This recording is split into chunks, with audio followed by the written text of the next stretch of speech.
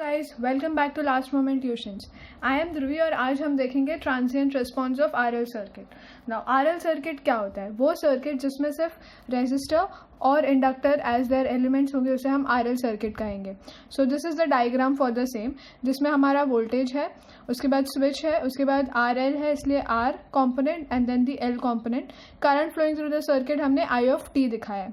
तो on applying KVL to this circuit, तो हमारा इक्वेशन कैसा बनेगा? Will start from here. So V minus R into I minus L into D I by D T, ये हमने already पढ़ा हुआ है, is equals to 0।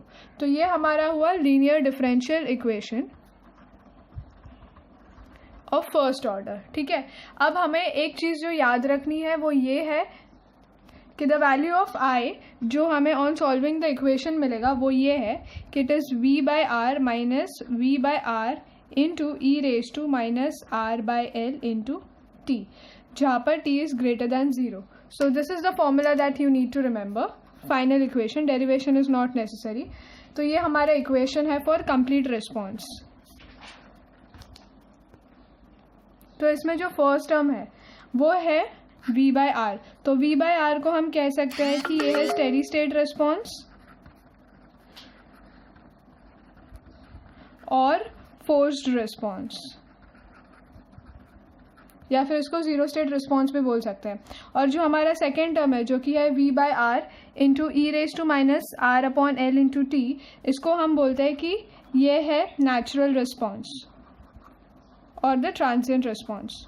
So these are the equations that you need to remember. Also for information अगर तुम्हें चाहिए, so the graph that comes for the current response of RL circuit जो है वो कुछ ऐसा आएगा, जहाँ पे x एक्सिस पे तुम्हारा टाइम पीरियड है फ्रॉम 0 to t एंड इसका जो मैग्नीट्यूड होगा वो होगा v बाय आर, क्योंकि यहाँ पे देख सकते हो magnitude is v by R. ठीक है, so this is the current response of RL circuit. So this was a short introduction to the same. अब कुछ बेसिक टर्मिनोलॉजीज की कंसिडर। अब हमारे पास इक्वेशन है in the form of D I by D T plus P into I is equals to 0, जहाँ पे P एक कांस्टेंट है। तो इसका जो सोल्यूशन होगा, so solution of this equation अगर डायरेक्टली हम निकाल सकते हैं तो वो ऐसा होगा कि आई ऑफ टी, यानी कि जो मेरा करंट होगा, that will be equal to k into E raise to minus P into T. So this will be the value that we get on solving the differential equation. ठीक है, next, अगर हमारा equation non homogeneous equation हुआ, यानी कि D I by D T plus P I is equals to Q, यानी कि यहाँ पे 0 था, अभी यहाँ पे कुछ वैल्यू है q, तो इसका जो सोल्यूशन होगा that will be I of T is equals to E raise to minus P T integration of q into E raise to P T D T plus k into E raise to minus P T, यानी कि जो हमें यहाँ पर मिला है वो पूरा टर्म वापस से रिपीट होगा प्लस एक एक्स्ट्रा टर्म आएगा। सो ऑलवेज रिमेंबर, अगर तुम्हें कोई भी इक्वेशन इन दिस फॉर्म मिल रहा है तो डायरेक्टली आई ऑफ टी तुम निकाल सकते हो, E raise to minus P T integration of Q into E raise to P T D T plus K into E raise to minus P T. So I hope you have understood this. So let us solve a numerical on the same. So ये हमारा given question है। In the network shown the switch is closed at t is equals to 0, steady state has previously been attend, find the current I of t। Now as we have already studied, हमारा first step होगा हमेशा at t is equals to 0 minus पे, ये हमने पहले भी numericals में देख लिया। Now since we already know कि नेटवर्क ने steady state condition already achieve कर लिया है, तो जो हमारा इंडक्टर है that will now act as a short circuit, right. So उसका डायग्रामेटिक रिप्रेजेंटेशन ऐसा होगा, will have a voltage, will have R2, then we have R1 and then short circuit. यहाँ पे जो इंडक्टर है that will be replaced by short circuit. तो ये हमारा I of 0 minus that will be flowing. ठीक है, तो ये हमारा इक्विवेलेंट सर्किट बन चुका है। सो you can say I of 0 minus will be, as we all know by Ohm's law, V by R होगा, तो total voltage upon total resistances. So ये दोनों सीरीज में है, so this will be R1 plus R2। So I of 0 minus हमें मिल चुका है। नाउ सेकेंड जो हम करेंगे that will be at I of 0 plus, correct. Now जो करंट जो फ्लो हो रहा है through the inductor, it will not change instantaneously, एकदम से ही करंट का जो वैल्यू है वो चेंज नहीं होगा। सो आई ऑफ 0 माइनस भी रहेगा V upon R1 plus R2। Now the third step, that is the very important step, यानी कि t greater than 0, यानी कि वो स्विच को क्लोज हुए काफ़ी टाइम हो चुका है. तो अब हमारा इक्वेशन चेंज होगा, यानी कि हमारा डायग्रामेटिक रिप्रेजेंटेशन भी चेंज होगा. सो मेरा डायग्राम कैसे बनेगा? You will again have a voltage जो यहाँ पर था, सेम वोल्टेज होगा. फाइन. उसके बाद हमारा जो होगा वो होगा R1. उसके बाद जो हमारा इंडक्टर है, तो इंडक्टर का representation. Now inductor is carrying a current, so current carrying जो रिप्रेजेंटेशन है वो यहाँ पर with V upon R1 plus R2 as its value, और ये हम L लिखेंगे. The current flowing through it is I of t, voltage is V. नाउ ये यहाँ पर शॉर्ट सर्किट हो गया, इसलिए R2 का रिप्रेजेंटेशन नहीं आएगा. सो नाउ KVL का इक्वेशन हम लिखेंगे फॉर t ग्रेटर दैन 0. तो let us start from here. So V minus R1 into I minus L into DI by DT is equals to 0. तो अब हम क्या करेंगे, उसे वो होमोजेनस और नॉन होमोजेनस के फॉर्म में लिखने की कोशिश करेंगे. So this will be on solving the equation, तुम L DI बाई DT को एक तरफ और ये एक तरफ ले लो. So V is equals to L into DI by DT plus R1 into I. ये हो चुका है.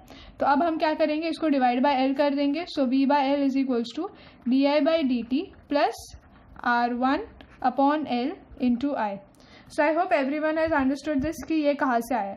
तो ये हमारा रिप्रेजेंटेशन हो चुका है. सो अगर अब इस इक्वेशन को हम कंपेयर करेंगे with DI by DT plus PI is equals to Q, जो हमने अभी थोड़ी देर पहले पढ़ा, right, where Q is this, DI by DT यहाँ पर है और P का वैल्यू ये है. तो हमने लिखा था, सो लेट अस राइट कि P का value is R1 upon L and Q का value is V by L. Fine. So we know that the solution of this equation, that is I of t, is equals to e raised to minus pt integration of q into e raised to pt into dt plus k into e raised to minus p into t. तो यहाँ पे हम सारे values को substitute करेंगे जो हमें यहाँ पर मिले थे. सो let us substitute that. So e raised to minus r1 l by t integration of q का वैल्यू है v by l into e raised to p is again r1 by l t, right, into dt plus k is a constant, so k into e raised to minus r1 by l into t. So this is the equation that we get. So now on solving the equation, जो value of I of t हमें मिलेगा वो होगा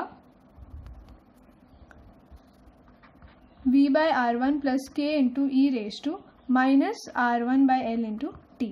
So ये हमें values मिल गए.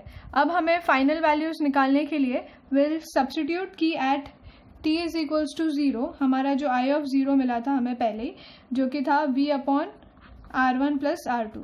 तो इसको हम सब्सटीट्यूट करेंगे इक्वेशन में. सो ये हमारा इक्वेशन था. सो अभी मैं t के जगह पे 0 सब्सटीट्यूट करूँगी और I ऑफ 0 के जगह V upon R1 plus R2.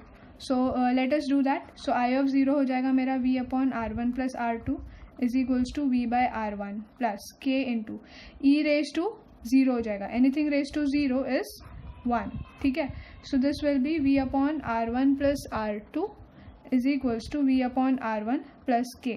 तो ये मेरा इक्वेशन हो जाएगा. यहाँ से मैं K की वैल्यू फाइंड कर सकती हूँ. So the value of K that we get over here is V upon R1 plus R2 minus V upon R1. तो क्रॉस मल्टीप्लीकेशन करके, so V R1 minus V into R1 plus R2 upon R1 into R1 plus R2. Fine. So V R1 minus V R1 cancel हो जाएगा, बचेगा minus V R2 upon R1 into R1 plus R2. So ये हमारा value of K मिल गया है हमें. तो अब हम क्या करेंगे, जो हमारा मेन इक्वेशन है उसमें हम K की वैल्यू सब्सटीट्यूट करेंगे.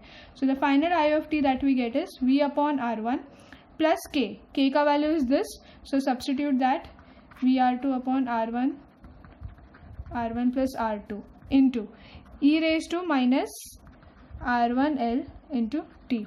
So this is the final value that we get for t greater than 0. So I hope you have understood this. For any queries you can write to us in the comment section below, and see you in next lecture. Till then, bye bye.